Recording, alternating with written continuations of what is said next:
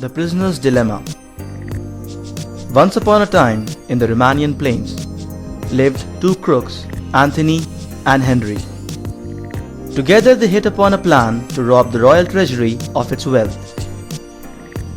The duo were almost successful in the misventure, had it not been for the long hands of the law. Poor Anthony and Henry landed themselves in the police custody. The police officer, Mr. Thompson, locks them up in separate cells and says they'll be better off cooperating with him. He makes the same deal to both of them. To Anthony, he says, "If your friend confesses and you remain adamant, you'll rot here for 5 years and he'll be let off in a year.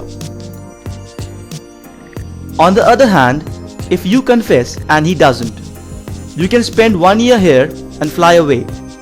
He'll be our guest for 5 years. If both of you refuse to speak, we'll still manage to host you for 2 years each. But if both of you confess, then I am sorry, you remain inside for 4 years each." Now, Anthony knows that Mr. Thompson has spelled out the same conditions to Henry, and the same is true of Henry's knowledge. On the screen you can see now a schematic representation of the dilemma faced by the two prisoners.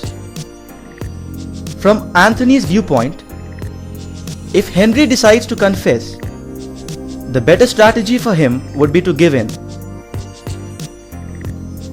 And even if Henry remains silent, it would still make sense for Anthony to confess.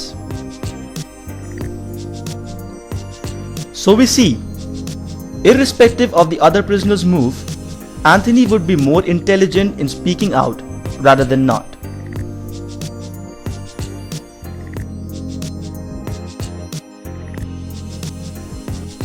It doesn't require a Sherlock Holmes to figure out that similarly, the best individual choice for Henry would be to confess. Where are we now?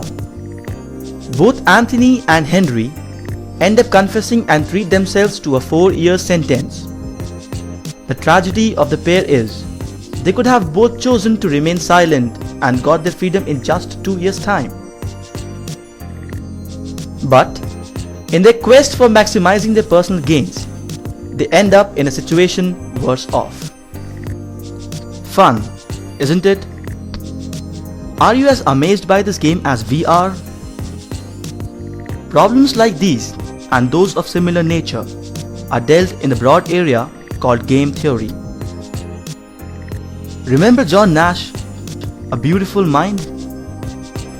Hey, you guys still listening, right? We now show how the same dilemma arises in a situation much more concrete. Of course, we are well aware you people spend a lot of constructive time chatting with your friends. Transfer of electronic messages between users living in distant geographical locations is done through certain nodal points. As analogous to our previous story, Anthony and Henry are two shrewd businessmen providing internet connection services. They are always keen to minimize their own costs in transferring a message within their area of operation, thereby routing it through the nearest nodal point possible. We have before us two sets of friends trying to send messages to each other. Sid, who has subscribed to Anthony's services, sends a hi to his friend Ria, whose home is situated in Henry's domain. Now from the point of origin of the message, Anthony can choose to route the message to the upper nodal point, incurring a cost of 2 units himself. Ria being too close to the nodal point, Henry incurs 0 cost in transferring the message from the nodal point to Ria's desktop within his region. But Anthony would like to be clever and route Sid's message to the lower nodal point, thus incurring a cost of only 1 unit himself. While the conventions of the internet demand that Henry must transfer the message from this point to Ria, even if that means a cost of 3 units to him. The same one-upmanship game would again be played if Apurv wants to send some message to his friend Kriti. Hence, for a total of 2 messages to be exchanged and transferred across the 2 operators' domain, the 2 could have been wiser and succeeded to deliver the messages in 2 units cost each. But because of their sheer greed, they end up suffering a cost of 4 units each.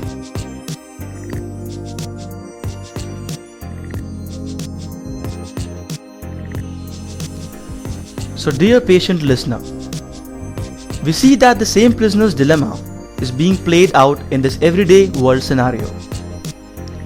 This is what has been termed as the tragedy of the commons. In the words of the great Greek philosopher Aristotle, for that which is common to the greatest number has the least care bestowed upon it. Everyone thinks chiefly of his own, hardly at all of the common interest. Everybody is more inclined to neglect the duty which he expects another to fulfill.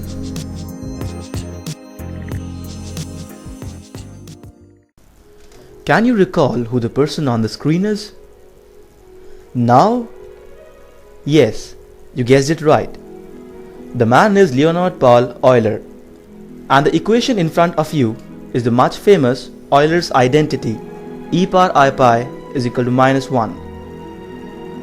But what was this hell of a genius doing when not immersing himself into the intricacies of the world of complex numbers?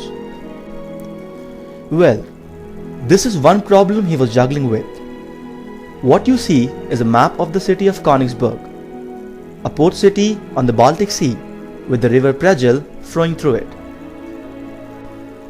And here is a more simplistic view of the city as it existed during Euler's time. The 2 islands were connected with each other and with the mainland by 7 bridges, their relative positions as given in the diagram. The task before Euler was to cross each of the bridges once and only once, starting from any piece of land of one's choice. Rule of the game is each bridge must be crossed completely. One is not allowed to travel half a bridge from one side and the other half from opposite side. Euler started by making an important observation. The choice of a traveler's route on the landmass was irrelevant. So, each landmass might as well have been a point for good. The bridges joining the landmasses can be considered as edges joining these nodes. The equivalent task now is to start at a vertex and travel each edge exactly once. Corresponding to each edge used to reach any particular node, we need an exit edge to come out of that landmass. The other possible exit edges for the green entry edge to this node are the ones being currently flashed on your screen. As you can see, every path through a vertex involves a pair of edges connected to it. What this means is, except for the starting and ending points of a journey, all other vertices should have an even number of edges connected to them if we want to travel each of the edges exactly once.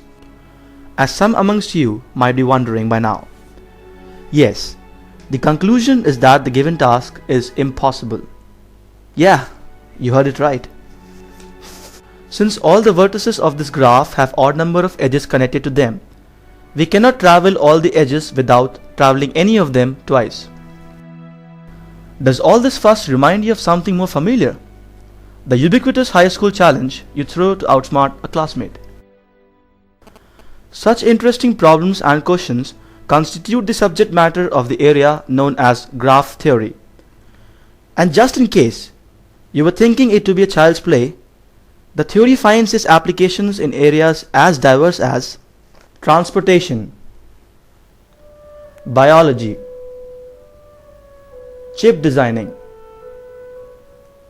chemistry, and guess what? Even our understanding of social networking.